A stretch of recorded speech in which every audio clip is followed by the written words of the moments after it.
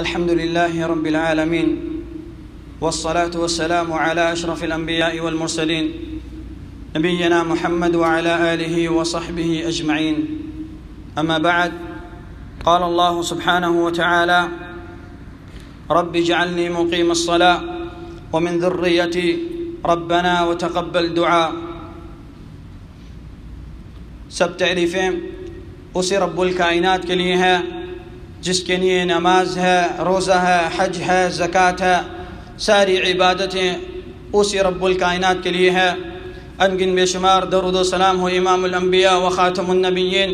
محمد ابن عبداللہ صلوات ربی و سلام علیہ پر، جو ہر وہ عمل سکھا گئے جو ہمیں دنیا و آخرت میں فائدہ پہنچائیں، ہر وہ عمل سکھا گئے جو اللہ کے قریب کر دیں، اور اس عمل سے بھی آگاہ کر دیا جو عمل اللہ سے دور کرتے ہیں، تاکہ انسان نیک اعمال کر کے اپنے درجات کو بلند کرتا رہے اور گناہوں سے بچ کے جنت کے قریب ہوتا جائے. اللہ کی رحمت و ازواج مطہرات امہات المؤمنین پر، اصحاب پر، اولاد پر، اور ہر اس شخص پر جو خالص اللہ کی عبادت کرتا رہا، نبی کریم صلی اللہ علیہ وسلم کے طریقے کے اوپر چلتا رہا، یہاں تک کہ وہ اس دنیا فانی سے دوسری دنیا میں رخصت ہو گیا. میرے عزیز محترم ساتھیوں، اللہ تعالیٰ نے فرمایا: رب اجعلنی مقیم الصلاة ومن ذریتی ربنا وتقبل دعاء. اللہ تعالیٰ نے جب انسان کو پیدا کیا، اس کے ساتھ ساتھ ایسی بھی نعمتیں اس کے ساتھ اتاری جو اس کو دنیا و آخرت میں فائدہ دیں، اور اس نعمتوں میں سے یہ نعمت اولاد ہے. میرے عزیز محترم ساتھیوں، اولاد عظیم نعمتوں میں سے اللہ کی نعمت ہے. ایسی نعمت ہے جو اللہ تعالیٰ نے جسے چاہیں عطا کریں اور جسے چاہیں نہ عطا کریں، اور جسے چاہیں لڑکوں سے نوازیں اور جسے چاہیں لڑکیوں سے نوازیں، اور جسے چاہیں اللہ تعالیٰ لڑکے بھی دیں اور لڑکیاں بھی عطا کریں. میرے عزیز محترم ساتھیوں، جب اللہ تعالیٰ ایک انسان کو اس عظیم نعمت سے نواز دے تو اس کے اوپر اس کی مسئولیت واجب ہو جاتی ہے. اس کی مسئولیت یہ نہیں رہتی کہ صرف اس کو لباس پہنایا جائے اور اس کو صبح اور شام کا کھانا دیا جائے، بلکہ اس کی مسئولیت یہ بھی ہے کہ اس کو جہنم کی آگ سے بچایا جائے. اس کی تربیت، اس کی نشر و نما اس دین کے اوپر کی جائے جو اللہ تعالیٰ نے ساتوں آسمانوں کے اوپر سے اتارا. ایسی تربیت دی جائے جو نبی کریم صلی اللہ علیہ وسلم اپنے صحابہ کرام رضوان اللہ اجمعین کو دیا کرتے تھے. وہی تربیت دے جو اس قرآن کی تربیت ہے، تاکہ وہ اپنے آپ کو بھی اور اپنی اولاد کو بھی اس آگ سے بچا سکے. اسی طریقے سے بخاری کے اندر حدیث ہے کہ فرمایا کہ ہر کوئی شخص جس کو مسئولیت دے دی گئی وہ اس کا مسئول ہے، اس سے اس کا سوال کیا جائے گا. جس طرح ایک حاکم، ایک بادشاہ، ایک ملک کو سنبھالنے والا وہ پورے ملک کا سوال دہ ہوگا، اور اس طرح ایک اپنے اہل و عیال کا، جس طرح والد ہے وہ اپنے گھر والوں کا اس سے سوال کیا جائے گا، اور اس طرح ایک بیوی جو اس کے گھر کی مالک ہے اس سے گھر کا سوال پوچھا جائے گا. میرے عزیز محترم ساتھیوں، اس طرح جب اللہ تعالیٰ انسان کو نعمتوں سے نوازتا ہے، اس کے سوال بھی اللہ اس سے پوچھے گا، اور اس کی جو ذمہ داریاں لگائی گئی ہیں وہ ذمہ داریاں اس کے اوپر کرنا لازمی ہے. اور جو شخص اس ذمہ داریوں میں دھوکہ کرتا رہا یہاں تک کہ وہ اس فانی دنیا سے رخصت ہو گیا،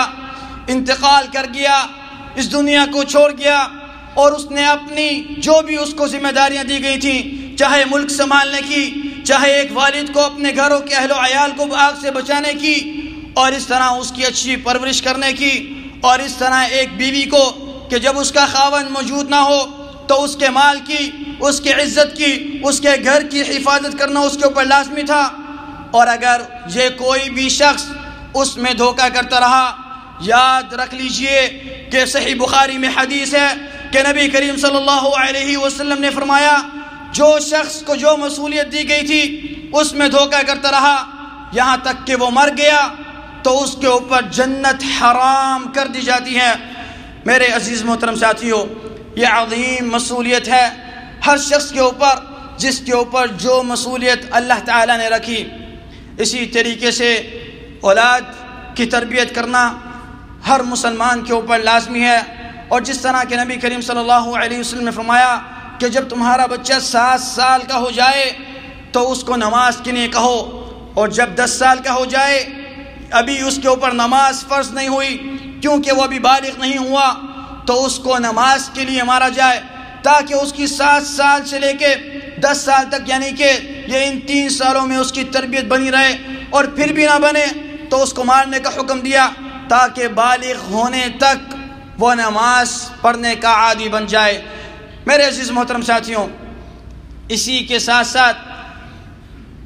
اس کو حکم دیا تاکہ اس کے والدین اس کو قرآن کی، اس کو نماز کی تربیت دیں،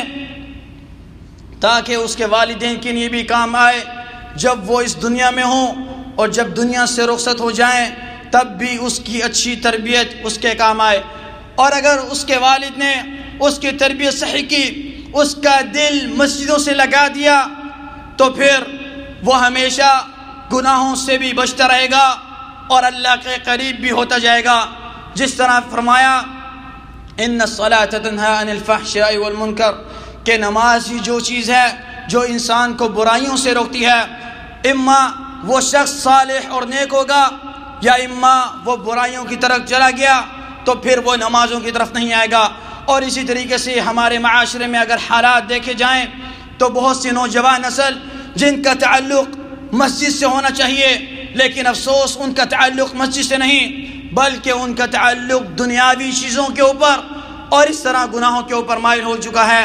یہاں تک کہ ان کی پوری زندگی گزر جاتی ہے، بڑھاپے میں پہنچ جاتے ہیں، قرآن تک صحیح طریقے سے نہیں پڑھ سکتے، نماز تک صحیح نہیں ہو سکتی۔ اور اس طرح اگر ان کا والد فوت ہو جائے، اگر اس کی تربیت شروع سے ہوتی تو اس کا جنازہ پڑھانے کے لائق ہوتا کہ اپنے باپ کا جنازہ پڑھا سکتا۔ اور اسی طریقے سے جب تربیت ہی اس قرآن اور حدیث کے تحت نہیں کی گئی، شروع سے اس کو نماز کے اوپر تلقین نہیں کیا گیا، تو پھر مرنے کے بعد اپنے والدین کے لیے ہاتھ اٹھائے اور دعا کرنے کے بجائے وہ وراثت میں لڑتے رہتے ہیں، یہاں تک کہ وہ وراثت ایسا بھی دیکھا گیا کہ ان کے بھی نصیب میں نہیں آتی، اور اس طرح سلسلہ چلتا جا رہا ہے، اور نسلیں بنسلیں اس دنیا سے رخصت ہو جا رہی ہیں، نہ ہی وہ صحیح طریقے سے قرآن پڑھ سکتی ہیں، نہ ہی نمازیں پڑھ سکتی ہیں، اور نہ ہی اپنے درجات کو اس دنیا سے رخصت ہوتے ہوئے بلند کر کے جا رہی ہیں۔ میرے عزیز محترم ساتھیوں، یہ مال، یہ دولت جو دنیا ہی میں رہ جانی ہے، اصل انسان کی دولت جو اللہ نے اس کو نوازی وہ اس کی نیک اور صالح اولاد ہے، اس کی جب وہ تربیت ہی ایسے کرے تاکہ وہ ان کے زندگی میں ہوں تو تب ان کے لیے دعا کرے، بیمار پڑ جائیں تو دعا کرے، قرض میں مبتلا ہوں تو دعا کرے، کوئی مصیبت میں ہوں تو دعا کرے، اور پھر جب اس فانی دنیا سے رخصت ہو جائیں تو اللہ سے دعا کرے۔ میرے عزیز محترم ساتھیوں، ابراہیم علیہ السلام اللہ کے نبی ہیں، اور اللہ کے وہ نبی جن کو اللہ تعالی نے خلیل کا لقب دیا، وہ نبی جو ہر آزمائشوں کے اندر کامیاب ہوئے، انہوں نے دعا کی رب اجعلنی مقیم الصلاۃ ومن ذریتی ربنا وتقبل دعا۔ وہ دعا کر رہے ہیں اے اللہ ہمیں نماز کا پابند بنا دے، اور اس طرح اپنی اولاد کے لیے بھی دعا کی اور فرمایا کہ ہماری اس دعا کو قبول فرما رہے۔ اسی طریقے سے لقمان علیہ السلام نے اپنے بچے کو کہا یا بنی اقم الصلاۃ، اے میرے بیٹے جان نماز کو قائم کرو۔ اس طرح انبیاء علیہ السلام اپنی اولاد کو نصیحت اور وصیت کرتے رہے کہ میرے جانے کے بعد تم کس کی عبادت کرو گے؟ تو انہوں نے کہا کہ ہم ایک اللہ کی عبادت کریں گے جس کا کوئی شریک نہیں۔ میرے عزیز محترم ساتھیوں، اپنی اولاد کی تربیت قرآن حدیث کی روشنی میں کرو، یہ تلقین کرو تاکہ وہ بھی ہمارے دنیا میں ہوتے ہوئے ہمارے لیے ہاتھ اٹھا کے دعا کریں، اور اگر ہم اس دنیا سے رخصت ہو جائیں، جس طرح حدیث میں آتا ہے کہ جب ایک انسان مر جاتا ہے تو اس کے نام اعمال کی کتاب بند کر دی جاتی ہے، تین چیزوں کے علاوہ کوئی چیز اس کو فائدہ نہیں دیتی۔ ایک اس کا علم جو اس نے لوگوں کو سکھایا اور وہ عمل کرتے رہے تو اس کے درجات بلند ہوتے رہے۔ دوسرا وہ کہ ایک انسان نے صدقہ جاریہ کیا ہو، ایسا صدقہ جس کا ثواب ہمیشہ ملتا رہے، جیسے کہ کنواں کھدوا دینا، مسجدیں بنانا، مسجدوں کی تعمیر کرنا اور کتاب اسلامی اور قرآن وغیرہ اس طرح کی۔ اور اس کے ساتھ ساتھ تیسری، نیک اولاد جو اپنے والدین کے لیے ہر وقت ہاتھ اٹھا کے دعا کرے، سجدوں میں دعا کرے، زندگی میں دعا کرے، مر جانے کے بعد دعا کرے کہ اے اللہ ان کو قبر کے عذاب سے محفوظ رکھنا، ان کے درجات کو بلند کر دینا، اے اللہ اس طرح ان کے اوپر رحم فرما جس طرح انہوں نے ہمارے اوپر رحم فرمایا۔ یہ مرنے کے بعد اور زندگی میں جب قرآن و حدیث کی روشنی میں اس کی تربیت کریں گے تو وہ یہ جب آیتیں پڑھے گا کہ اپنے والدین کے اوپر احسان کرو، وَلَا تَقُلْ لَهُمَا اُفٍّ وَلَا تَنْهَرْهُمَا وَقُلْ لَهُمَا قَوْلًا كَرِيمًا، کہ ان کے ساتھ جب مخاطب ہو، جب وہ تمہیں کوئی کام کہیں تو ان کو منع بھی نہ کرو اور ان کو اف تک نہ کرو اور ان سے پیار سے آہستہ آواز میں بات کرو۔ یہ قرآن نے تربیت دی۔ اس طریقے سے جب ایک انسان قرآن حدیث میں تربیت کرتا ہے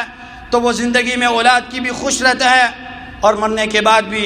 میں اللہ سے دعا گو ہوں کہ اے اللہ ہماری اولادوں کو قرآن و حدیث کی روشنی کے اوپر چلنے کی توفیق عطا فرما، ان کو صحیح علم دے، ہمیں اور ہماری اولادوں کو قرآن و حدیث کی اور نماز کا پابند کر دے۔ اے اللہ ہمیں برائیوں سے بچا کے رکھنا اور ہمیں جب تک ہماری سانسیں چلتی رہیں ہمیں اس دین کے اوپر قائم رکھنا۔ اے اللہ ہدایت دینے کے بعد ہمارے دل کو نہ پھیرنا۔ اے اللہ ہمارے دل کو ثابت قدم رکھنا اسی دین کے اوپر یہاں تک کہ ہم اے اللہ تجھ سے آ ملیں۔ میں دعا گو ہوں کہ اے اللہ جو اس دنیا سے رخصت ہو گئے ہیں ان کی قبروں کے اوپر رحمت کی بارش نازل فرما، ان کے درجات کو بلند کر دے، ان کی قبروں کو عذاب قبر سے محفوظ فرما، ان کی قبروں کو روضۃ من ریاض الجنہ بنا دے۔ اے اللہ ہمارے والدین کے اوپر رحم فرما۔ اے اللہ اگر وہ زندہ ہیں تو اے اللہ ان کی عمروں کو لمبی کر دے۔ اے اللہ وہ مصیبت میں ہے تو ان کی مصیبت کو دور کر دے، وہ پریشان ہیں ان کی پریشانی کو دور کر دے، اگر وہ بیمار ہیں اے اللہ ان کو صحت عافیت عطا فرما، اگر وہ قرض میں مبتلا ہیں اے اللہ ان کو قرض سے نجات عطا فرما دے۔ هذا وصلوا وسلموا على حبيب المصطفى فقد أمركم الله جل من قائل عليما حكيما إن الله وملائكته يصلون على النبي يا أيها الذين آمنوا صلوا عليه وسلموا تسليما اللهم صل على محمد وعلى آل محمد كما صليت على إبراهيم وعلى آل إبراهيم إنك حميد مجيد اللهم بارك على محمد وعلى آل محمد كما باركت على إبراهيم وعلى آل إبراهيم إنك حميد مجيد وارض اللهم عن خلفاء الراشدين أبي بكر وعمر وعثمان وعلي وعن سائر الصحابة وعنا معهم برحمتك يا أرحم الراحمين اللهم اغفر للمسلمين والمسلمات والمؤمنين والمؤمنات الأحياء منهم والأموات اللهم اغفر لنا ولوالدينا ولجميع المسلمين برحمتك يا أرحم الراحمين اللهم وفق ولي أمرنا لما تحبه وترضى اللهم وفق جميع ولاة المسلمين للبر والتقوى برحمتك يا أرحم الراحمين ربنا آتنا في الدنيا حسنة وفي الآخرة حسنة وقنا عذاب النار عباد الله إن الله يأمر بالعدل والإحسان وإيتاء ذي القربى وينهى عن الفحشاء والمنكر والبغي يعظكم لعلكم تذكرون